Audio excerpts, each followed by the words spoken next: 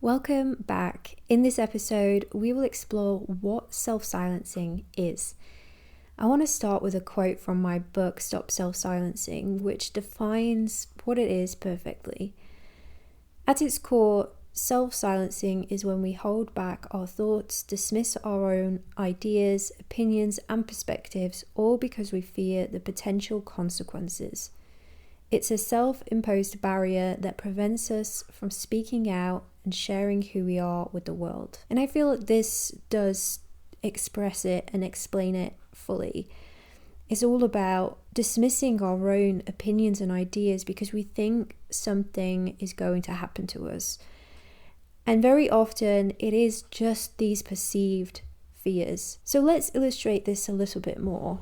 Imagine you're driving down the road of success only to find it blocked by an invisible wall. You can see what's on the other side, opportunities, connections, and a life you've always dreamed of, but something is stopping you from getting there. I call this the wall of discomfort, a self-imposed barrier that is holding you back.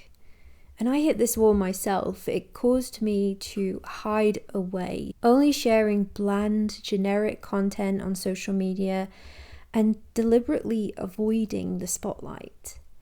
And what did it get me? Clients who were just all kinds of wrong.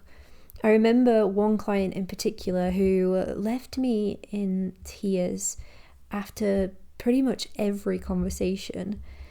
I would bend over backwards to please her, and I was just going out of my way, but it was just never enough. And all this because I wasn't showing up as my authentic self, which meant I wasn't connecting with those who would value my skills and who were on the same page as me, who I would get along with, who had a personality that I could mesh with, who I enjoyed being around and had the same values.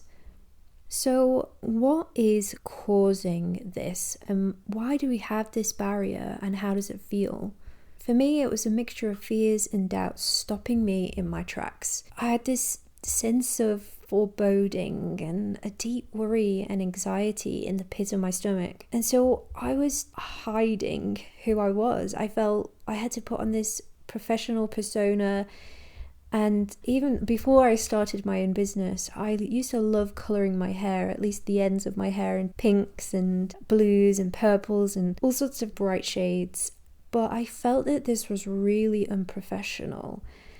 And so I stopped doing it. And then the thought of sharing anything personal, sharing my thoughts or ideas or unique opinions was absolutely terrifying. And I didn't know it then, but I was self-silencing. And firstly, if you feel like this too, if you recognize yourself in any of this, I want you to know that you are not alone. There are so many people that do struggle with this. Self-silencing can be a challenge at any stage of life, at any stage of business. In fact, each stage can come with different challenges, since we may feel we have more to lose and further to fall, especially if we have a larger platform. Secondly, I want you to know that you can move past it. The first step to breaking through this wall is to recognize that the wall exists. It's about turning on the headlights and looking deeply at what is holding you back. It's also a journey to learn to understand yourself, to trust yourself, and know that you have valuable ideas to contribute, that people need to hear them, and to know that if they do hear them, that it could help them in some ways. You might make them smile, you might help them see something differently, you might wake them up to something that they didn't realize about the world or about themselves. So now let's think about where this comes from and where self-silencing originates. Often it starts in our past, and I do believe some of it is innate in us. If you think about our biology and just there are some innate traits where we don't want to be ostracized from the tribe. And some of it is how we were raised, societal pressures, or past instances where our voices were diminished or disregarded. I have a strong memory of one of those instances. I was maybe 6 years old and I was singing my heart out in the school choir practice. And I loved to sing. It was one of my most favorite things to do. It was just a passion of mine throughout my life. And I don't recall what happened specifically, but during the session, I was told by the choir director, the teacher, to stop singing. And while everyone else around me got to carry on, and I didn't sing for the rest of that session, and I just stood there watching, not really understanding why, and feeling this shame that I had done something wrong.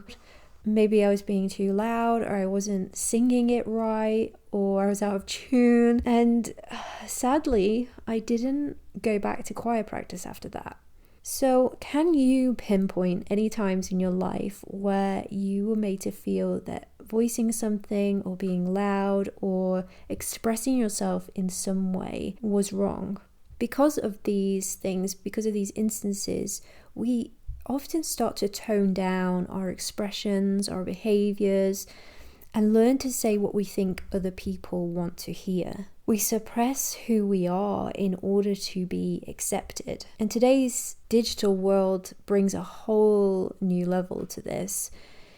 Yes, we have huge opportunities to reach people all over the world, but it can be terrifying to stand out in a place that seems to foster this judgment and comparison, where you could say one wrong thing in the eyes of some people and you will have a horde of people just ready to jump on you for it.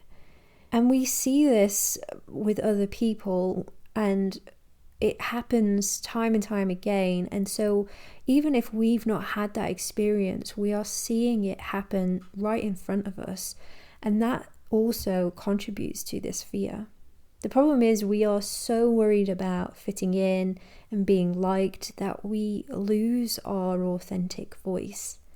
But as you know from the past 2 episodes, as coaches, as impact makers, showing up as our raw, imperfect, authentic selves is what connects us and makes the biggest impact. So we have to accept the fact that not everyone will resonate with our views. But that doesn't diminish the value of our thoughts and opinions. So what I want you to take away from this episode is to just reflect back on your past experiences, your life, your childhood, your teen years, maybe things to do with being at school, maybe there are things that happened as an adult that have had a knock-on effect, and really just identify the times that you have experienced something that could be influencing the way you are now behaving and impacting your ability to show up and be visible. By doing this, it's going to help you to really understand where this might be coming from for you. And as we continue on these episodes, you'll really start to identify more of the reasons why you self-silence. But just knowing where it's coming from for you, where you might have had these instances, could really help you to identify why. So this was a slightly shorter episode to just start digging into what self-silencing is. In the next episode, we will look a little deeper at why being aware of self-silencing is so important and how it affects us more deeply than we might realize. If you found value in this episode and are seeking more personalized support on your journey to visibility, I'd like to extend a special invitation to you. Join me in the Visibility Lab.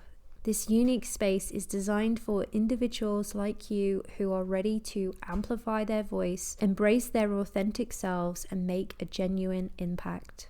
You'll find an empowering community of like-minded individuals, all working towards greater visibility.